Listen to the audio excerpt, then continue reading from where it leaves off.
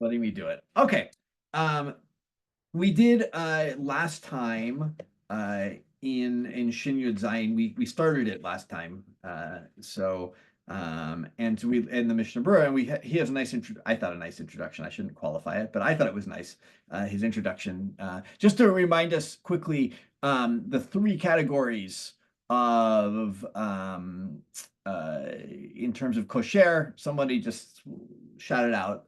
Give me the Reef Rambam version of the three categories. So Kayam and not Kayam. well, Kayam, not Kayam, and what else? And Uman and not Uman. Oh, you said okay. You may have said that. I just didn't hear it. Right. So No, that's okay. it's a yeah. And so if it's Uman and Kayam, you're what level? That's Chayav. Hatat. Good. Chayav Chatat. If it's one of the two, what are you? Patur aval asur. Exactly. And then finally, if you're neither of them, Mutar lachatchila. exactly. Of course, we haven't defined what is a what counts as a maseh uman, but that's okay. We're gonna get there too. That's big. Well, maybe we'll get there. And then for the that's the wrong order. The Rashi Rosh school will go from earlier to later. What are what makes you chayav chatat? Kaima. Either of those two. Kaima. Kaima. Whether Kaima. it's Uman or Masa Hedya. Yeah, exactly. Uman comes back with the Ramah, but it doesn't really seem to exist in the Rashi Rosh school. The later Ashkenazim try to fit it in, right? We'll see this a little bit, but they and then according to the Rashi Rosh, what is Patur aval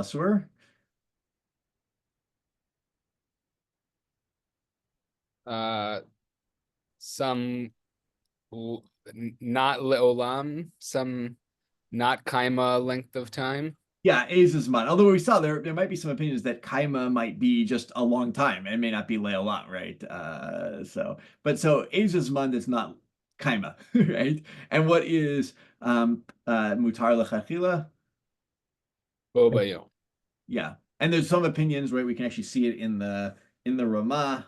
Says that bobayo means how much actually? Within 24 hours. I don't know. There's another version he has. It actually up to a week. Exactly right. That's up to a week. Right. That actually is dealing with the gap in the Torah in some ways, right? And Rashi also, right, where the Torah says, bo bayom is mutar, and at a week is patur aval asur. It's like, well, wait a second. Well, what about 3 days? Where are you there? And good. A little bit of a review there. All right, I want to start with the hard stuff. Why not? Maybe one more question. The Taz. I don't know if you people were paying attention in class or read it ahead. The Taz thinks this whole thing is based on what? On your intention. Yeah, mindset, your intention, your maybe. There we go. Sorry about that. I probably should have muted before I did that, but yeah, mindset. If your intention is to untie it that day versus is your intention to untie it in a while, but for Ezazman, as he calls, and during that Ezazman is Shel Kaima, and that's Asur de Rabbanan, or is it really intention to leave it there until the elements destroy the rope, kind of thing. Okay. He also does another thing. If you remember, what does the Taz say is Maseh Uman?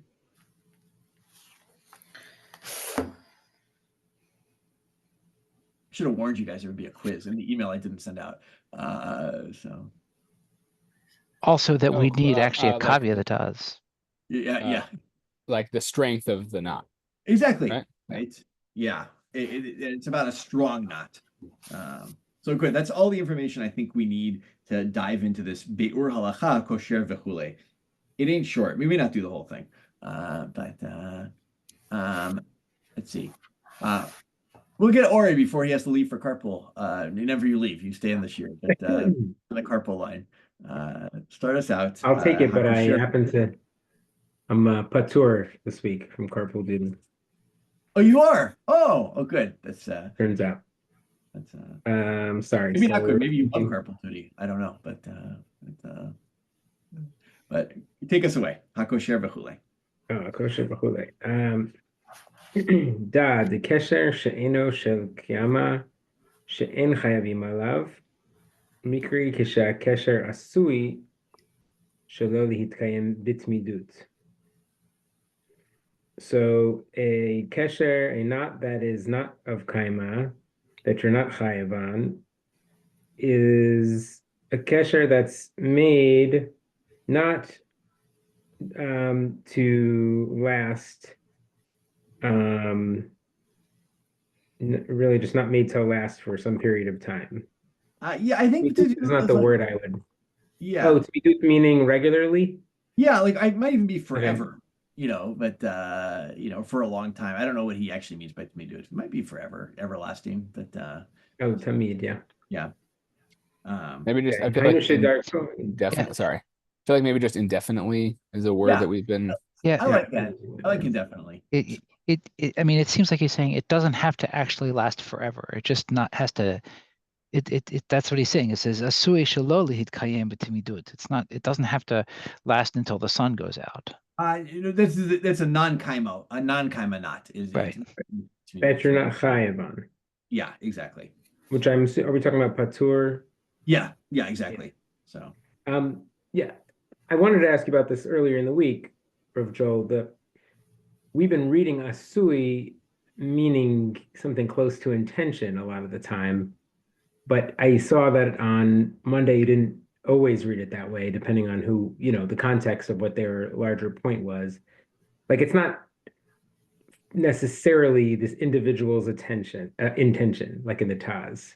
This is what the Berura is going to get into, actually. That's what I figured. Or is it the individual, right? Because this is, I think, what we're going to say is that type of knot is generally left forever, or that type of knot is generally left for a long time, or that type of knot is the kind of knot you tie and untie in that day. Yeah.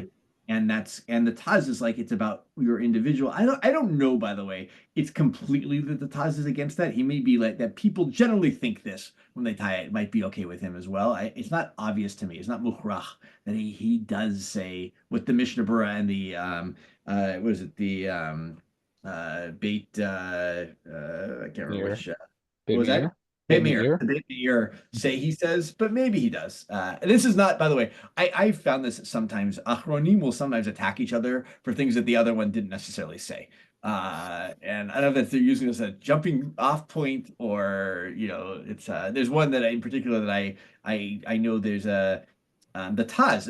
It's the Taz actually attacks the Lavush for a claim about why there's no Su'udah on Hanukkah. And he clearly is going beyond what the Lavush actually said. He's claiming the Lavush said something he didn't actually say. This is kind of interesting. Straw man.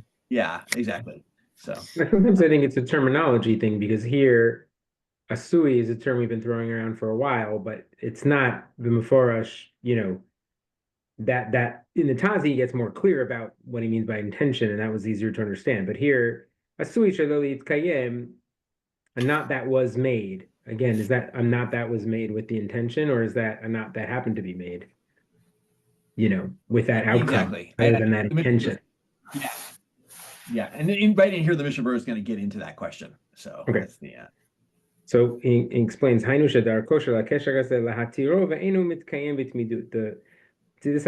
this. The normal way with this kind of knot is to untie it and not leave it indefinitely. Like they explain in the Gemara, Ketara de Katre Bismama, similar to the one that I imagine they're tying and untying to the camel's nostril. Exactly. Even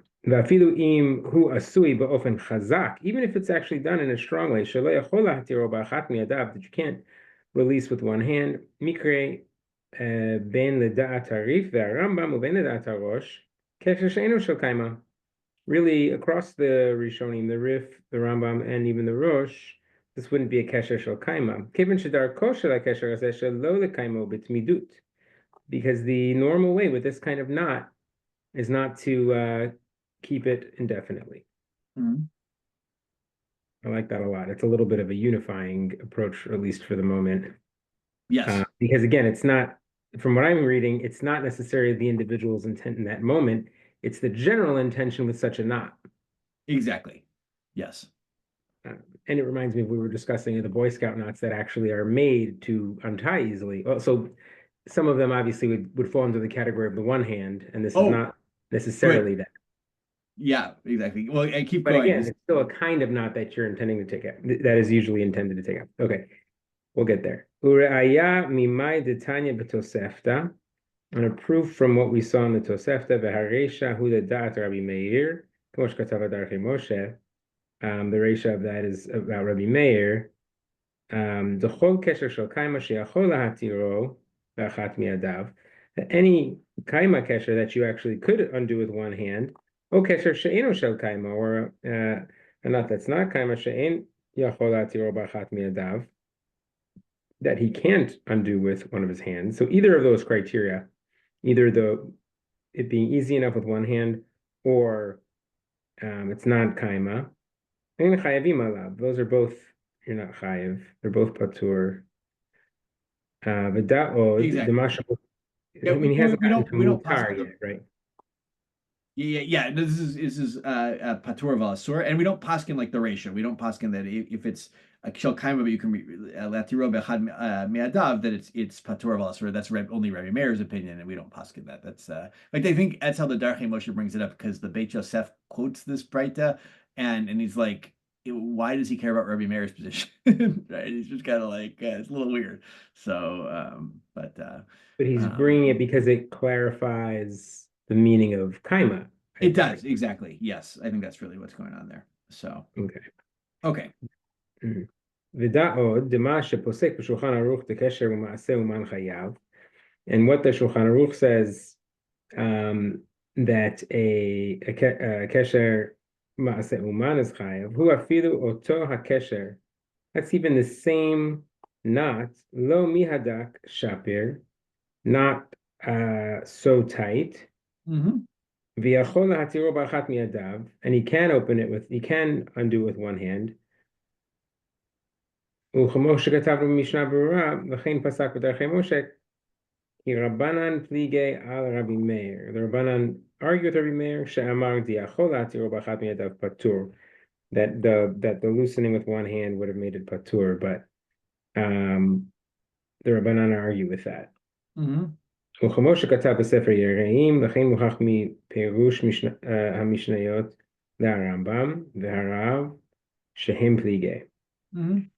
וסברי דחייבים, that they're arguing and they think that it is chayev, והלכה כמותם. Again, this is מעשה אומן. That's exactly מעשה אומן, and it is, but you can undo it with, it's shel kaima, you can undo it with one hand. They think that's chayev. So right, והלכה כמותם. וכמו שפסקו כל אלו הפוסקים הנ"ל, and that's the halacha, like all these poskim I mentioned, ומוכח בגמרא דקשר כזה לא מיהדק, and it was clear in the Gemara that this is not a tight knot, ועל כורחך באופן דהבי מעשה אומם, and because it's forced, because it's a maaseh uman. I think it has to be. I think it must be that we're talking about a maaseh uman here, and he'll tell you why. Right. If not, right? Right. Dilav hachim, and if it wasn't, if we weren't talking about a maaseh uman, no mechayve the tarif Rambam, then it wouldn't have been chayav for the Rif and the Rambam. Right. The maaseh uman nikra afilu lo miyadak shapir. If it's actually a maaseh uman, even if it's not that tight. Exactly. Therefore, there is a maseh uman knot, right? That is shel kaima, that it's easy to release, and nonetheless, it's not tight, right? So therefore, it's and you're chayav. So good. Who's he challenging right here? The Taz.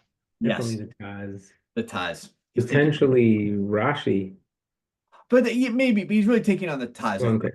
Yeah, at the end of the day, and he'll say this. He's going to say this out. I just wanted to. This is why I wanted to do this whole thing. He's going to take on the Taz. In all things. All right, Ori, we're going to take a little break here. You've been doing great, but Max, take over. ולפי זה, לכאורה צריך עיון על הטז, שכתב דמעשה אומן נקרא כשהקשר חזק מאוד, ואפשר דכוונתו שהוא חזק מאוד, היינו שלא יהיה nitar b'shum ofen me'atzmo kederach ha'uman hayodea ofen tikun asiyato. Okay, so we need to work on the Taz's opinion. He said that ma'ase uman is when it's a strong knot, and where it seems like the intention of having made a strong knot was that it isn't going to be undone. Well, I think he's trying to explain the Taz now. Maybe the covenant of the Taz and not necessarily the kosher. Exactly. Yeah. Okay. Okay, and it's okay. So maybe the Taz meant that when it's a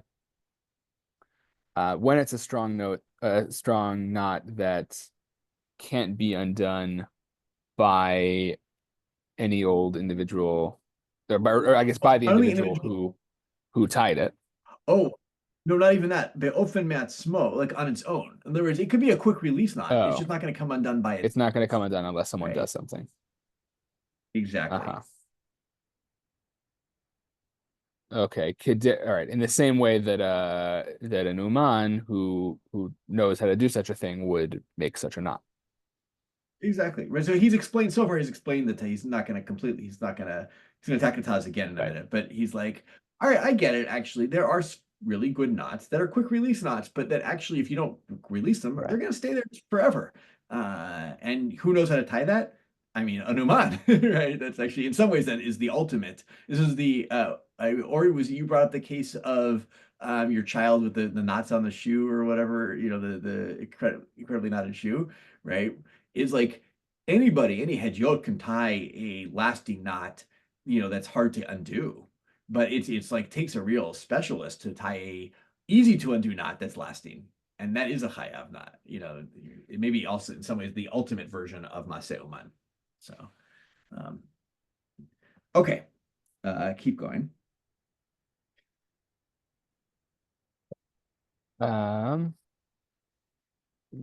מעשה הדיוט. ומעשה הדיוט הוא כשהקשר אינו עשוי בטוב שיכול לפעמים במשך הזמן להיות ניתר מעצמו. And מעשה הדיוט is a kesher that isn't made in a way that maybe over the course of time it'll come undone on its own. Exactly.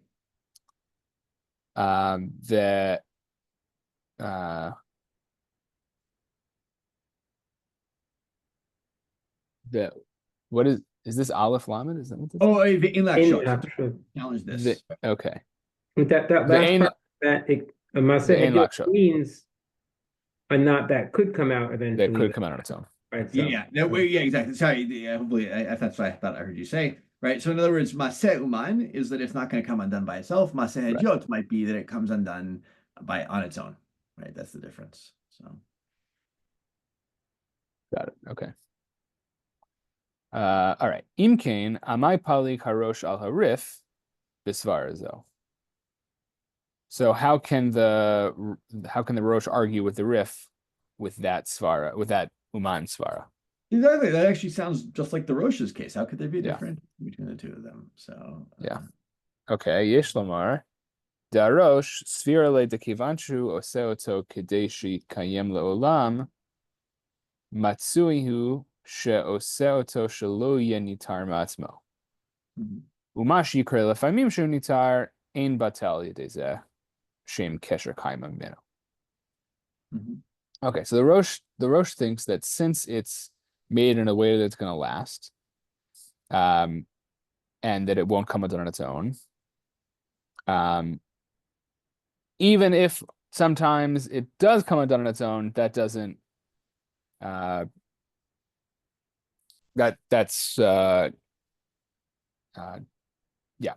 doesn't invalidate the significant majority of times when it does stay.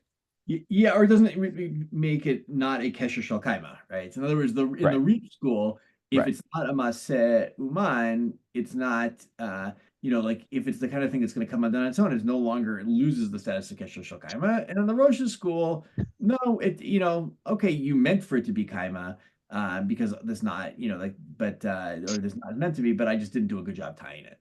So would I it be don't. fair? Would it be fair to turn around and say then that the one school is considered about the class or types of knots that one ties as a whole, and the other side is saying no, it's this particular knot, whether it itself, and in other words, you can tie a fantastic, Uman knot, or you could tie a crappy one. And if you do it, if you aren't good at tying a knot that's meant to be shalkaima, and it turns out to not last that long, and it shakes itself loose, then that would be patra al balasur. But if you tied it right, it would be well to the Rosh. If you tie it for kaima, even though you do a bad job, he'd say, no, still chayav, right? And the Reef would say, well, no, because you're tying a bad knot, you can't be chayav for this, right? So even if it does last for kaima for the Reef, he's like, well, you shouldn't have lasted for kaima. So like, even if you meant that, even if it does, no, so it's really about, whether or not they care if the knot should be lasting forever or not is the question for them. So, or has the capability of lasting lekaima. Okay, this is it's an interesting theory. I'm just trying to give you guys as many theories as I can of like how all of this works. But this is going to cause a problem. So do it, Max. Do a little bit more. Okay. That et pale alataz shekatav diladat harosh v'ator hakol telui b'dat ha'adam hakosher l'chud dim datod sheyishaer kan le'olam have kesher shel kaima v'im lizmanhu patur v'asor v'im dato lahatiro biyomo mutar lechatchila yen sham. Okay, so that's just just summarizing the Taz. Mm-hmm. ולפי זה, אפילו בקשר הגמלין והספנין גופה, או בקטרי דאושקפה, אם דעתו בעת הקשר להתירו ביומו, אין עליו שם קשר כלל, אפילו עשהו אושקפה בעצמו. Right, I guess what that would mean is that these cases, which were our paradigm cases of chayav in the Gemara, right? If the shoemaker or the camel driver or the sailor, whoever, does it in a way that it's going to be undone that day, actually, not in a way. They just like, I'm going to undo this knot. Or right, that's their dot when they do when they tie. Seems like that would be mutter. Mm-hmm. Exactly. Even if like the professional did it, right? Like the shoemaker's like, I show up to the shoemaker and the shoemaker says, oh, I can make you a shoe for the day. I'm going to do it just like I do any other shoe. Do the same knots. I'm just untie it after Shabbos so that you're not chayav. Right. So I'm not like there's a way of reading the Taz that actually he would go against the Mishnah.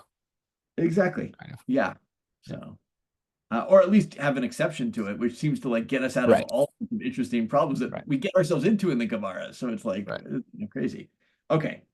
You want to do a little bit more? Or should we switch to Reuben? Is it either way? I'm happy to. Let's see. Let's go to Reuben. We'll get some voices. Josie, I'm right. You're not. We're not gonna have you read if that's okay, right? Or that'd be preferable to you? Yeah. Okay. So Reuben, please. Okay. Okay.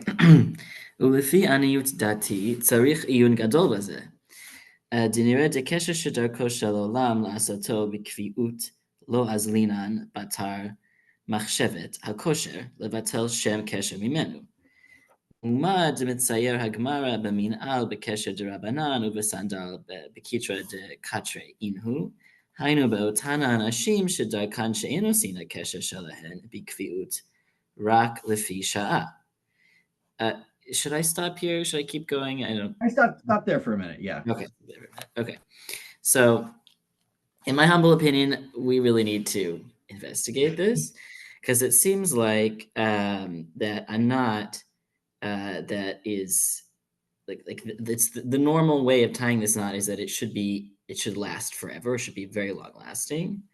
Mm-hmm. Well, when lasoto bikviut. That's independent of it also being long lasting. It's like it's supposed to be. I think that means it is long lasting. Yeah. Oh, and it actually okay. So it's shaldarko shalam to make it long lasting. we in such a case that we don't go after the the thought process of the person who's tying the knot, such that it would no longer be considered. Levatel shem kesher mimenu, like such that it wouldn't be considered a kesher. Yeah, and there was, remember the Taz's language is it's no longer considered a kesher. It's if you're going to release it in the Beyomo, right? That's right. Okay, that's right. Yeah. Thank you. I remember that. So, Okay. yeah. Right. But So in a case of I was going to say, I think in the Taz's world, he essentially is saying, why can you release a kesher that you really, why are you allowed to tie a kesher that you're going to release that same day, right? That you intend to release that same day? Because it's not a kesher, right? He's like, actually, ksharim or asur.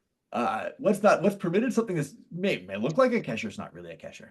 So in the in the Taz's world, that book I had of like practice tying knots, you could actually do that according to the Taz on Shabbat, all day on Shabbat, as long as you untie it before the end of the day.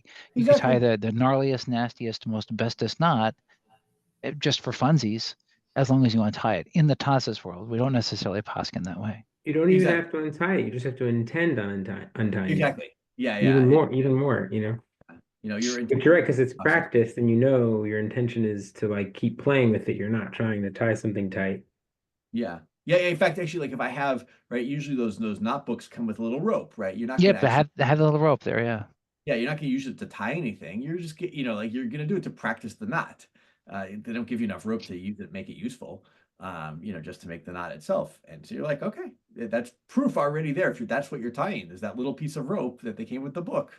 Yeah, your intention is to untie the day. Versus the Mishna Berura is like, what? No, this is crazy. Okay. Although he's going to seem in this whole thing, he's going to be like, well, maybe it's actually not always about the knot, but the class of people who tie them too might be the case as well. He brought in an important term that I think it really brings the conversation forward to another level, which is Darko Shalolam. Darko Shalolam is new in our conversation. I mean, it could be that was what people anciently meant, but like I said, we went from Asui that I think was a little bit open to the Taz really making more about Da'at, and now he's saying that seems crazy. There's something called Darko Shalolam, like what kind of knots come with normal types of intentions. Exactly. And we do have a principle, right? Batel dato etzel kol adam, right? That somebody who is doing something unusual, or like your thought process doesn't count, right? Even if we sometimes count people's thought process, we do it for the general case, not for this, sui generis case.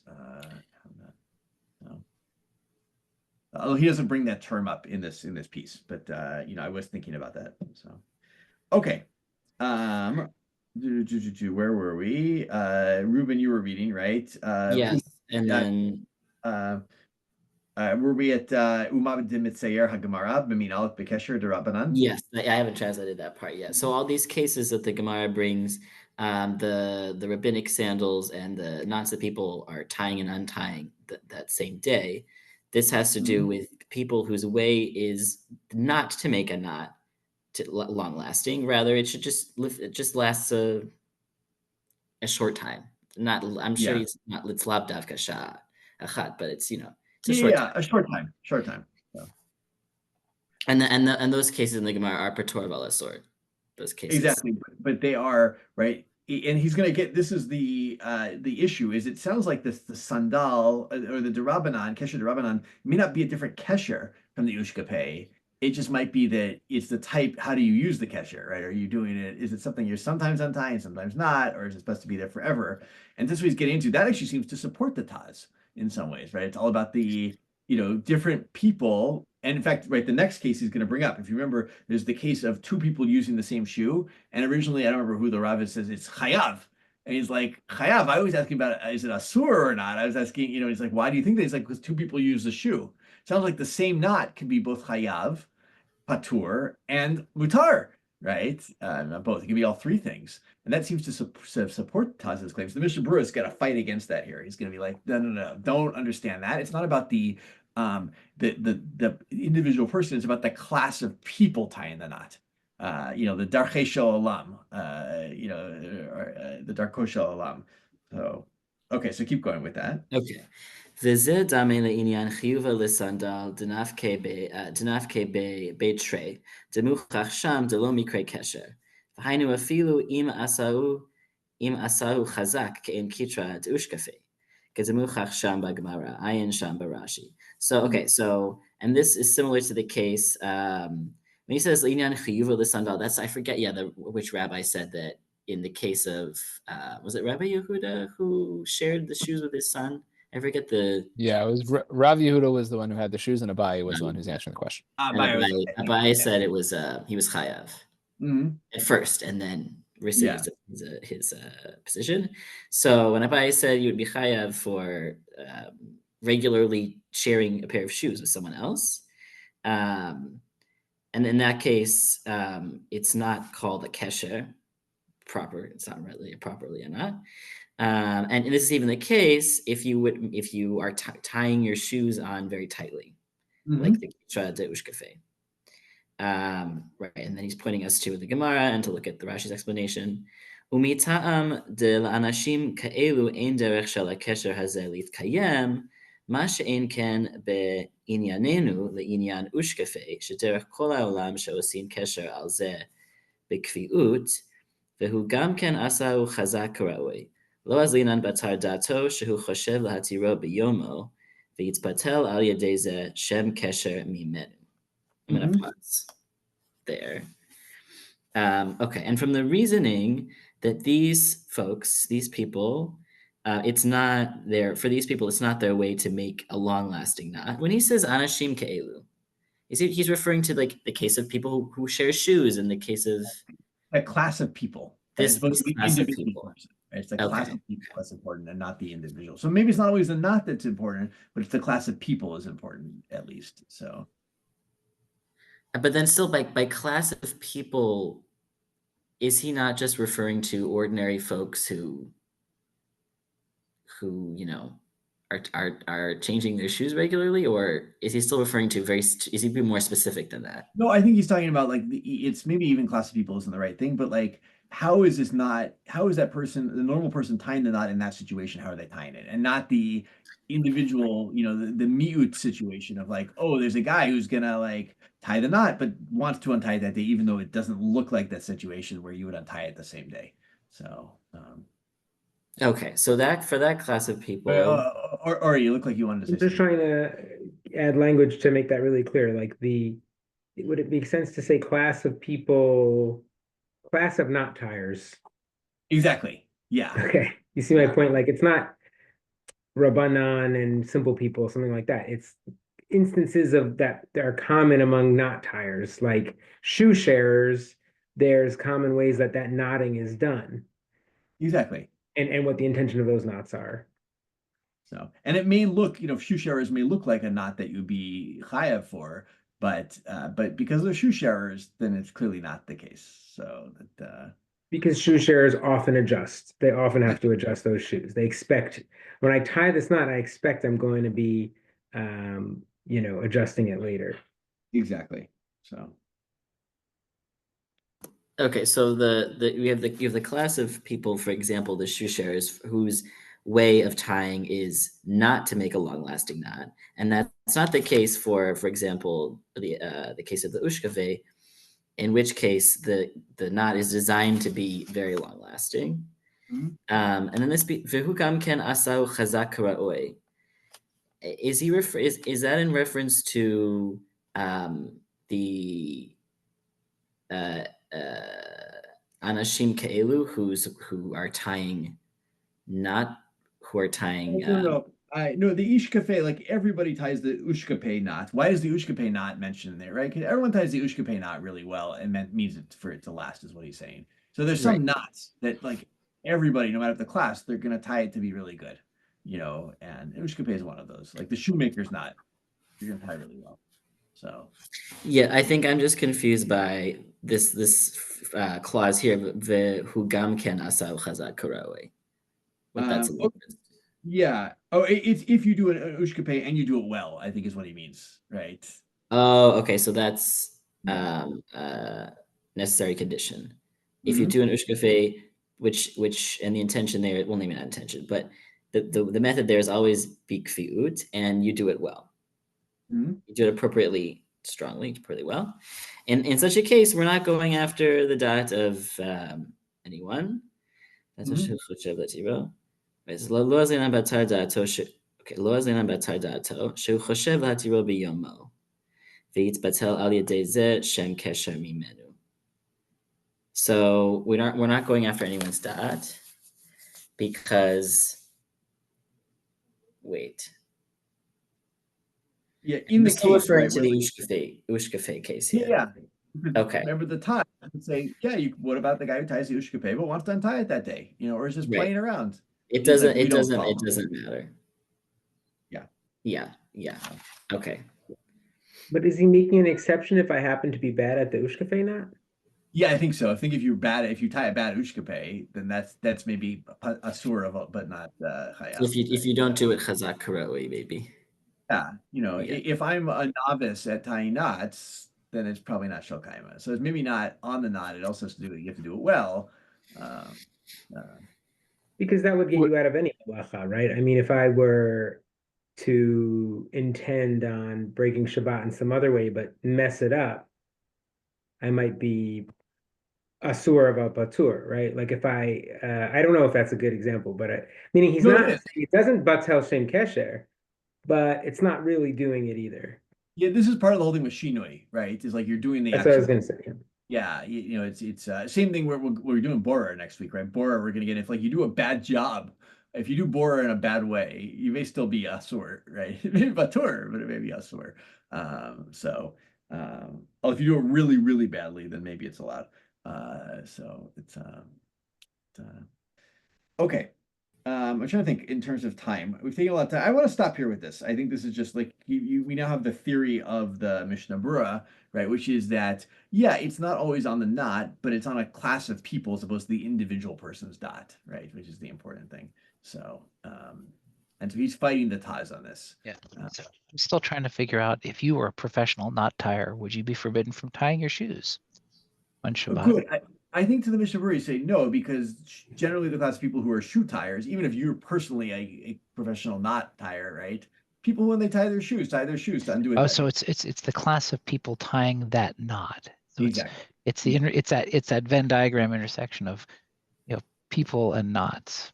Exactly. Yes. I think anybody can step into different classes depending on the situation. It's more on the classes of situations because a professional shoe tire still doesn't use, it's not the same kind of knot situation when I go to tie my shoes, a single knot.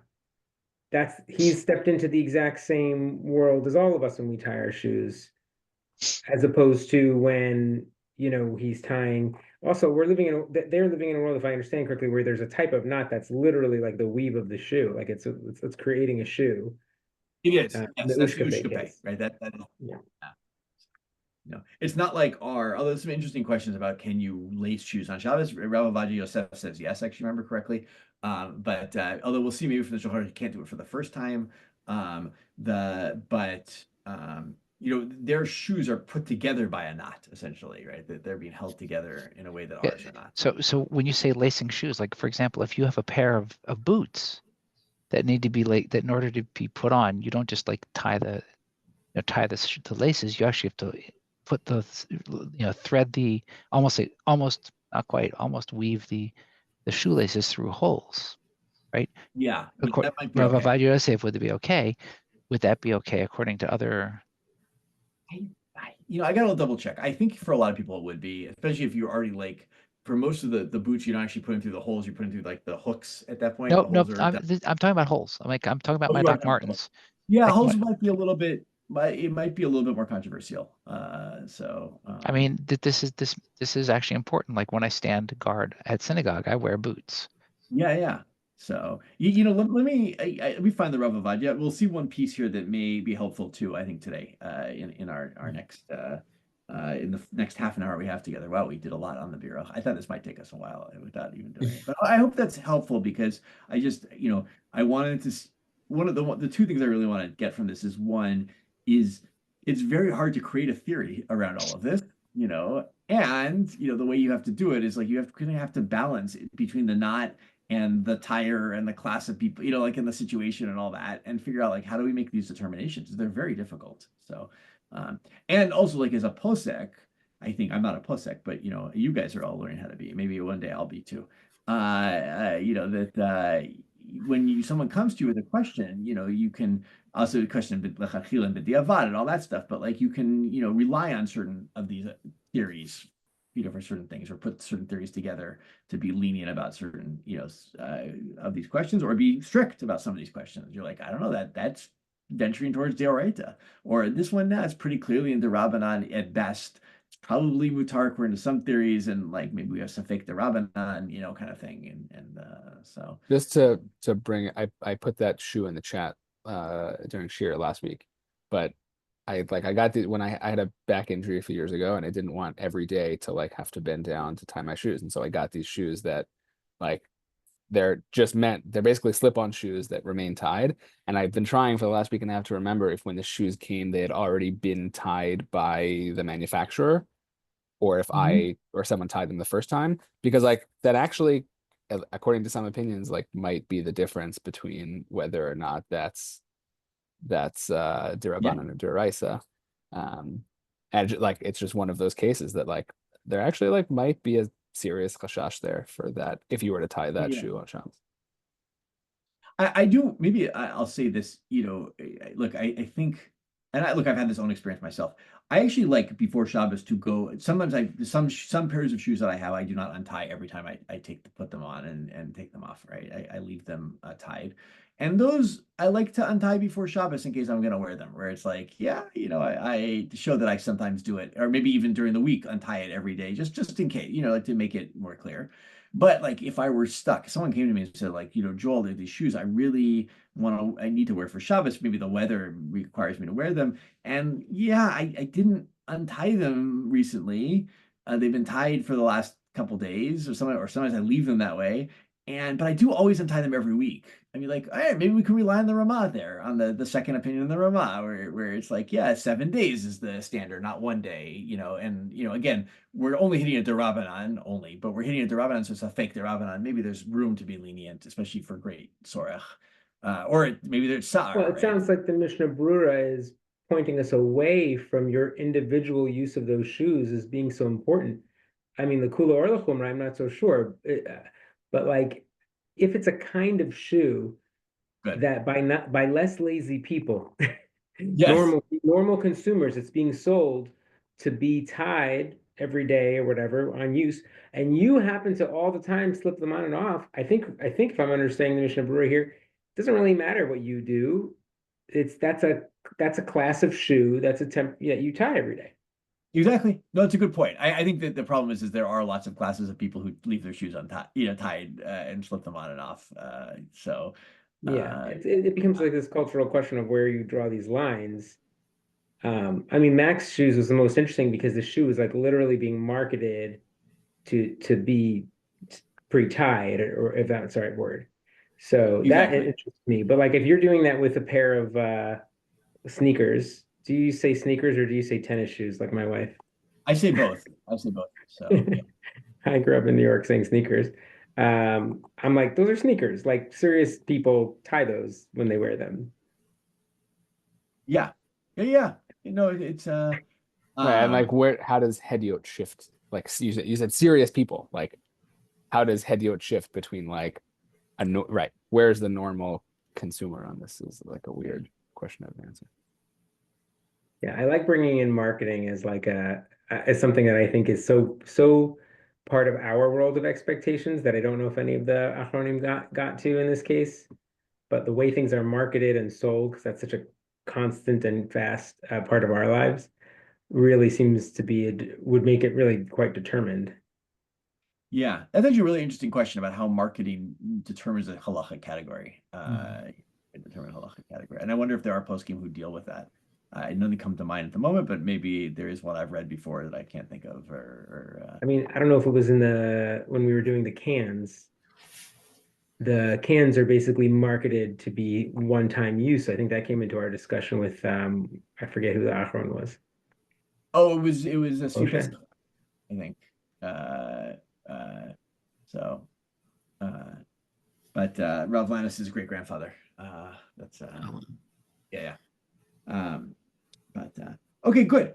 So these are all things to think about. And also, look, I want to push this again. I think, as a personal practice, maybe it's wrong of me to push people's personal practice, but I think it's never a bad idea to like do things before Shabbos to show that you want to, like my preference is to like be tying, only day long knots on Shabbos, or to like set up your week a little bit around Shabbos sometimes.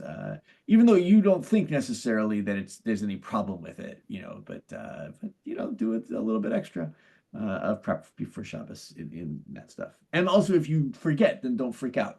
And my teacher Rav Shmuel Lewis has said to me, he says, if the halacha is causing you incredible psychological stress, you're probably approaching it wrong at the end of the day. So, it's yeah. Why he's had to say that to me is another question, but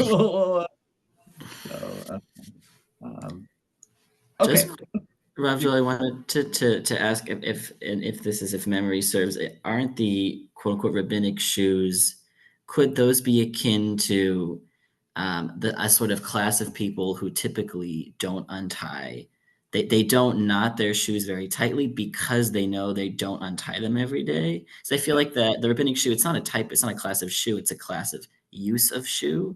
It is. So it Yes. could be akin to, I mean, it's still a sore, but it could be akin to that. Like I have had periods in my life when I was a teenager where I did that. I always tied my sneakers very loosely because I knew I was never going, on the rare occasion that I did untie and then retie them, because I knew I was just going to slip them on. Yeah, I mean, I think the answer to that is and therefore on Shabbos, like slip them on, don't untie them. Yeah. The question is, what if they come untied on Shabbos? Which they're more likely to, because they're not tied very tightly. And look, maybe the answer is, I'm going to rely on the Taz, or rely on the fact that there's a class of people who do tie them, and I'll tie it like almost like a knot that it will be hard to slip off and put on. So I know that I, have to untie it. It's almost like you have to do the better knot to make sure you untie it. It's like, or maybe use a different pair of shoes. Also possible, assuming you have a different pair. Like I'm not, that's a huge assumption. Of course. Yeah, these are all things to consider at the end of the day. Or you rely heavily on a Taz, and you're like, when I tie this knot, my thought process, I'm going to untie it after Shabbos, or during Shabbos, any of those things. Okay. Let's do That's such an interesting case, because that could according to somebody who would say, hey, that's really us, or you'd be tying it. And then also when you untie it, you'd also be being over something. Yes. So, I mean, it totally depends on how you're looking at it. What that untying would be. Yeah, if you don't buy the Taz, then I've done both, kosher twice. Yeah, it's like, it could be a major problem. So, so it's two different malachot, right? That's two sacrifices I have to bring to the Mizbeach eventually. And not just that. We don't just do things because we don't want to bring a chatat, right? Okay. I want to go. I would go just because Josie brought it up. I want to go to Bet for a second, and then we will come backwards in the Shulchan Aruch. I'll read Bet in the Shulchan Aruch. I don't even know if I did this one in class or not. But here we go. Bet nishmetu lo ritzuot min alva sandal. So your straps on your shoe or your sandal slips. Oh, shnishmat rov regular. Most of the leg slips out. Mutalach zero ritzuot l'mkoman. You can return the this is actually maybe a thing about the shoe. Like that shoe comes untied, you can return the strap to its place. Uvad shelo short. Don't tie it, right? In other words, you kind of like stick it in there in the spot, but you don't tie it up. And the Rama is v'davka shuchalach zero below torach, right? As long as you can do it easily. Aval im sarich torach hazeh asur. You can't like snap it into place in a very difficult manner. Why? Because then we're going to think if you had to get it in there really hard, you're going to tie it up. So, but what I wanted to look at here was Sif Katan Ted Zayin in the Mishna Berura. This was, yes, Nishmatu. So maybe, Ori, do you want to read for us? Yep. נשמטו וכולי, אבל במנהל חדש אסור ליתן רצועות בשבת, אפילו אם הנקב רחב. So if you have a new shoe, you can't put the ritzuot back on Shabbat, even if the opening is wide. Dimatakin mana, because that actually would be completing or fixing. V'hu adin b'sarbal o b'michasayim chadashim. This would be also with so sarbal is a belt. I thought it was a headpiece, but maybe not. I don't know. Yeah. Yeah, something. So I'll look it up while we do this. It's or pants. New asur lachnish hamritzot o mishicha. You can't put in the strap or tighten. Mishicha meaning mishicha is the rope. A rope. Yeah, or a string. Yeah. Zimavatel hatam umikri mitakin mana. Because those actually are mevatel, meaning they're become part of the garment. You're sort of creating and finishing the garment by putting those things in. But like a belt you could put in, even with the new pants. That doesn't become part of the pants. That's actually a separate belt. And that's made to put in and take out all the time, regularly. This is interesting to me, like those, I'm thinking of the rope you put in the hoodie. Of course, this is the worst thing in the world if you have to stick one of those in. You know, something that comes out, it really is part of the clothing and would be great tircha also. So say that's a real tircha to try to do that. Exactly. Yeah. So, I think it does sound like you probably couldn't lace shoes for the first time on Shabbos, right? That's for sure. That might be meant to why a new shoe only though? Okay, assuming because it never had a strap in it before is the idea, right? This is the first time if the strap falls out, you're not making it was already a shoe. It already had but if the strap never there, then it wasn't a shoe yet, essentially, kind of thing. It's so interesting because this sounds like a principle I'm not familiar with mitakin mana. Is that similar to makeh patish? Yeah, it is. It is makeh patish. Yeah. So that only applies the first time it's becoming a kli? It applies if the thing was already used, then and it was a full kli, then yeah, it probably isn't mitakin mana, I think, in that case. So expanding my mind right now. Yeah, I think that's right. There is we do think for broken things there could be a problem with putting them back together, but it may be a derabanan at that point. I would think if I pulled the whole shoelace out of the shoe, it's now back to its parts, and if I put it back together, I'm making it again. But yeah, so Go ahead. No, go for whenever I'm like arguing the machmir version of something, it's because I'm actually seeking the kula. Just so I'm sure you know this, you can sense that.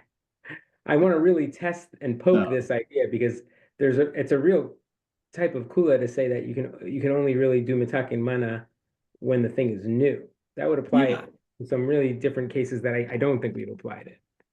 Yeah. No, I think that's an interesting point. I got to think about that a little bit more before I say that, because I may come back in like 24 hours and be like, well, I can't believe I said that. So I got to think through that.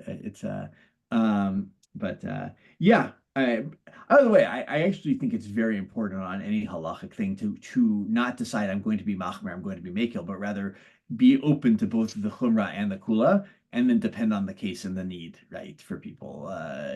What's actually before you, what's the person standing before you, and what are they needing, and then you can decide, okay, do I want to be makil or machmer? And I think it's perfectly acceptable to say to one person asur and the next person mutar in the same case. It's you gotta be careful because one of them might report to the other and be like, what would you do? It's but I think why didn't you stick the knife in the ground for me? Exactly. It's I think Hashem is gonna be like, I'm glad you did that. You made the right choice. Like that person needed a heter, that person didn't need a heter. And that's what I meant about poking to the chumrah, because I think you need to really understand the intention of the chumrah as to know where to apply it or where to apply the kula, right? Like Yeah. So while we're on this topic, we're gonna let's jump to hay for a second here, because we didn't get to Can I talk ask about out this. just a really quick question? Yeah, of course, Max. When in bet there, when he says afilu im hanekev rachav, Yes, good. is that about the tircha? I think so. That Yeah. if it's a okay. All right. Not a lot of tircha. Yeah. So, And if but, you've ever purchased a new pair of sneakers, you know the first time you lace that lace through, it's often you gotta wiggle the little sniglet through so that it exactly. Yeah, yeah. It's you're definitely opening the hole more at that point, right? This is so um, good. Um, we could get into questions that is that psik ratio or not, Devar Shem Kaven and all that, but let's just go to hay. We didn't talk too much about bows and loops or whatever you want to call them. So we talked a little bit in class, but I wanted to do this piece here. So hay in the Shulchan Aruch says aniva mutar, all right? A bow or a loop is permissible. The love kesher is not a kesher. Ve'afil, and this is the Haggah, ve'afilu imasa kesher achat lemata noagim bo heter, right? Even if you make a knot below it, right? This is the shoelace, right? You have a base, and then you have a loop or a bow, and he says we are nohagim bo heter. We have this tradition that we allow it. This is from the Agur, right? Good Ashkenazi source, but I always wonder, like when he says Noah Gimbo Heter, does the Rama mean we still do this in my day, or just like the Ashkenazi tradition has been this? It's or like in Krakow in my time, this is what we're doing. Could be that as well. But okay, there's a Mishnah Berura on this too. Sif Katan Kaftet. It's the only one here. Max, or you just read, right? Yeah. So Max, go for it. Read for us. נוהגין בו היתר. בכתבו האחרונים, עד נוהגין היתר בקשר אחד למטה, היינו דווקא כשעשוי להתיר בו ביום. ומשום דעל ידי עניבה על גב קשר, עדיין אינו נקרא מעשה אומן. אבל אם היא לקיימה על איזה זמן, כגון בלולה וכיוצא בו, אסור לעשות קשר למטה, אלא עניבה בלבד. ורשאי לעשות שתי עניבות זה על גב זה, Okay. So the Achronim write that the minhag to be makil here is about one kesher beneath, but only if it's done if it's going to be untied that day or within 24 hours or something like that. Because through having done that aniva on top of a kesher, it definitely isn't numan. Exactly. But if you're trying to do it for a long time, like you're doing a lulav that you're going to need for several days, then it's asur. And the only permitted thing in that case for several days is just the aniva. Exactly.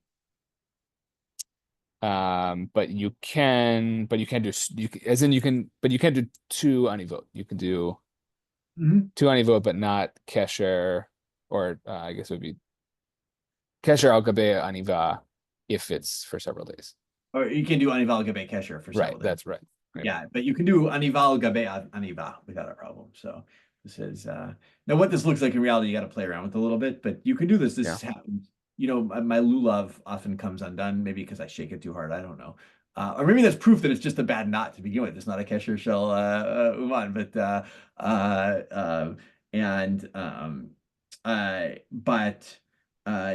so you can retie it, in a way that's just not a real knot. You can just, use a way to kind of hold it together.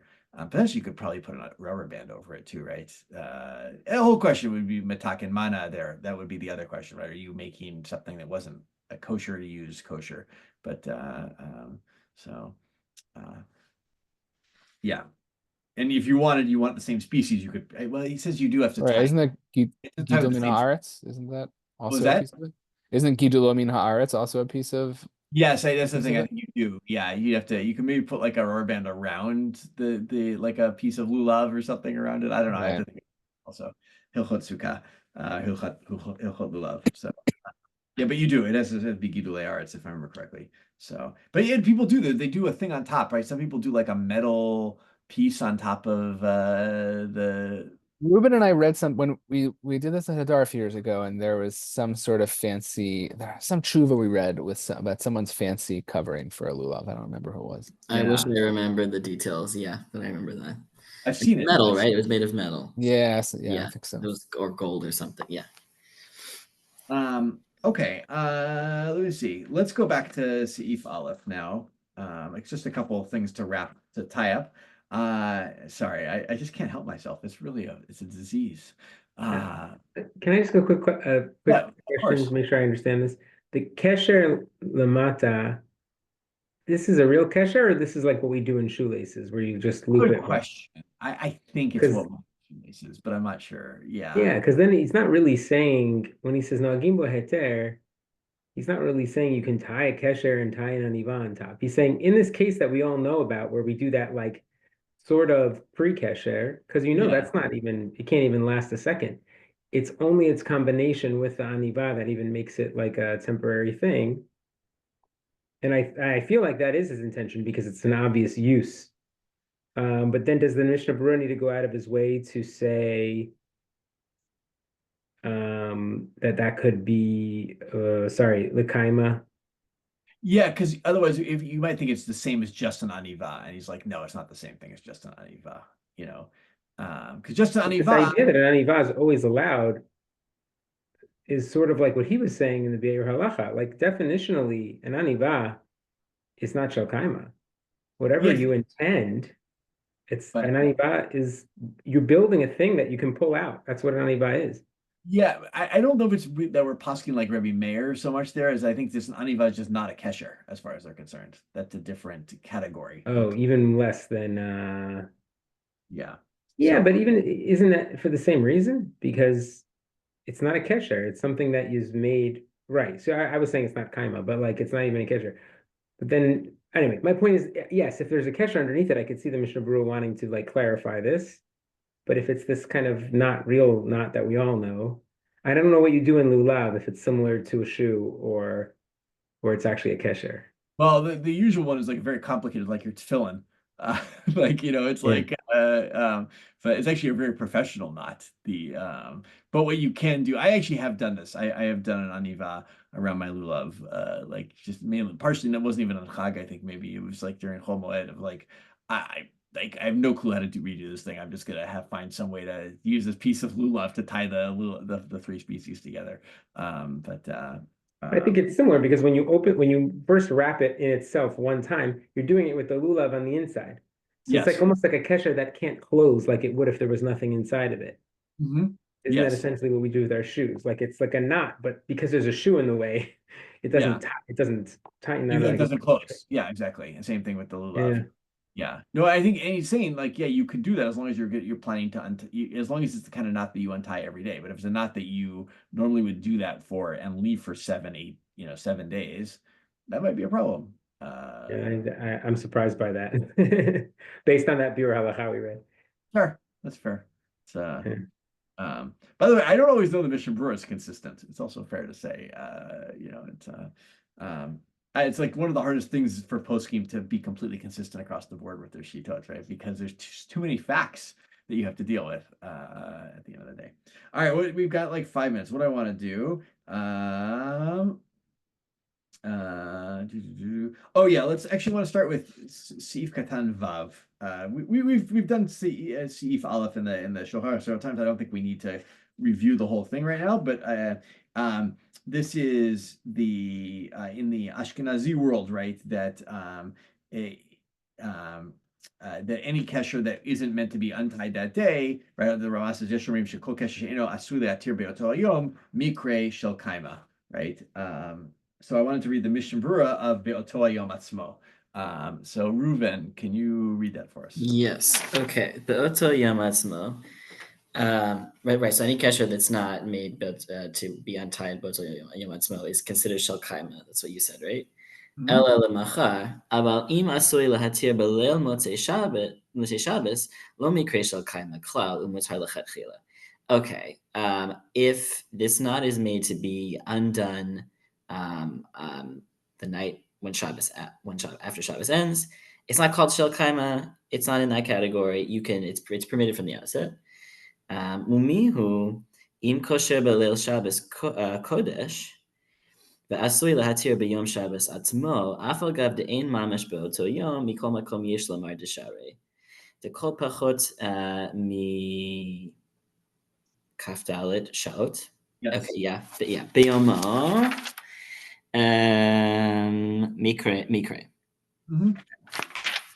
So 1 second. Nevertheless, if you tie this knot on Erev Shabbos, and you make it in order for it to be untied on the day of Shabbos itself, then even though even though it's like not, sorry, what'd you say? Not mamash be'oto yom. It's not Not actually mamash be'oto yom, right? It's not actually the same day. be'oto yom because you did it Erev Shabbos and then you're intending for it to be untied on Shabbos. But nevertheless, there are grounds to say that it's permitted. Why? Because it's anything that's less than 24 hours, it's called biyomo. Exactly. Okay, that's So- interesting. I wouldn't have thought that. It doesn't have to be biyomo. Doesn't mean that it has to be tied and untied on Shabbat itself. It just means that it has to be tied and untied within a 24-hour period. Within the 24-hour period. So you can imagine really freaking out about that, right? You know, like so this is a kula. I would say it's a kula of the Mishnah Berurahs here, the Pri Megadim really. All right, let's do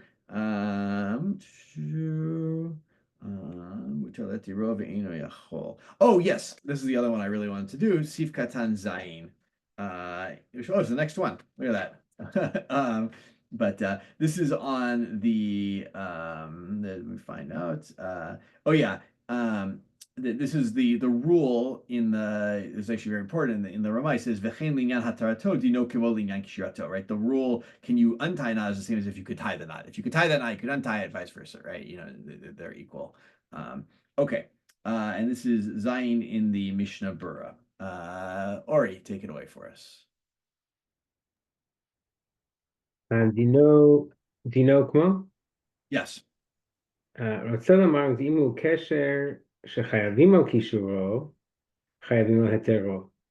So he's saying that if it's a type of knot that you would be chayav on tying, you will be chayav on untying it. בכל שהוא פטור אבל אסור, או מותר לכתחילה, גם בהיתרו כן הוא. And the same thing goes for the other cases, patur or mutar. Untying is the same as tying. בכל קשר שמותר להתירו, אם אינו יכול להתירו, מותר לנתקו, אם הוא לצורך. And any knot that you're allowed to untie, mutar to untie, אם אינו יכול להתירו, מותר לנתקו. If you actually can't release it, if you can't release it, you could disconnect it if it's for snap it, you cut it, right? You can so cut it if it's for a need. exactly, right. Your child creates like ties a knot but does it badly in some way that you can't undo it, right? It's they're playing around, they're tying and untying knots, it's like the bad knot that was meant to last. You can cut the knot. So the only case that comes to mind is when the brush is stuck in the hair. That's a little different, but that is like a situation which, you consider bringing out the scissors.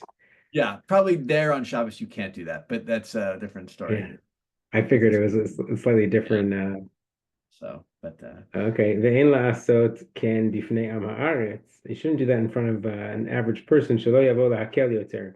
You're gonna cause them to be that mekel or more mekel. Exactly. Yeah, so you see this in the Mishnah Berurah, says other sources too. You see it already in the Gemara, right? We don't, ein morin ken, right? We don't tell people you could do this, right? Or you don't do it in front of the unwashed folk, because God forbid they should the hoi polloi. Exactly. They should be too lenient. But it's interesting to use the term am ha'aretz for clearly someone who wants to do the right thing. Like the assumption of saying that the am ha'aretz is going to be too makil is that, like, the am ha'aretz is following halacha to some extent. We just think that the person's going to get the wrong idea. I feel like that's not always how am ha'aretz is used. No, you're right. It's not. But there is a world. you know, are in it. Where, yeah, I mean, we know that I think we all, you know, the groups of people who are like, when can I find a kula, right? You know, I'm halachic. I'm an, you know, I'm an, you know, observant Jew, and I go for every kula I can ever find, right? You know, it's like, oh, I once saw this Rav do that. Oh, it must be mutar, right? You know, it's like, you know, I don't know. That's This is one of our dangerous conversations that could open into a much broader conversation. But we can open to what? it just makes me think of so many other questions about observances and, you know, what's an average person's interest in observance and demonstrating behaviors. Because I identify with this because if you're going to just do it without explaining why it's allowed, it sort of opens up a whole class of other things that would potentially become common practice. Seems like Yes. a sheer series on rabbinics might be called for. Yes. Also, wait, hold on one For second. a good conversation, yeah.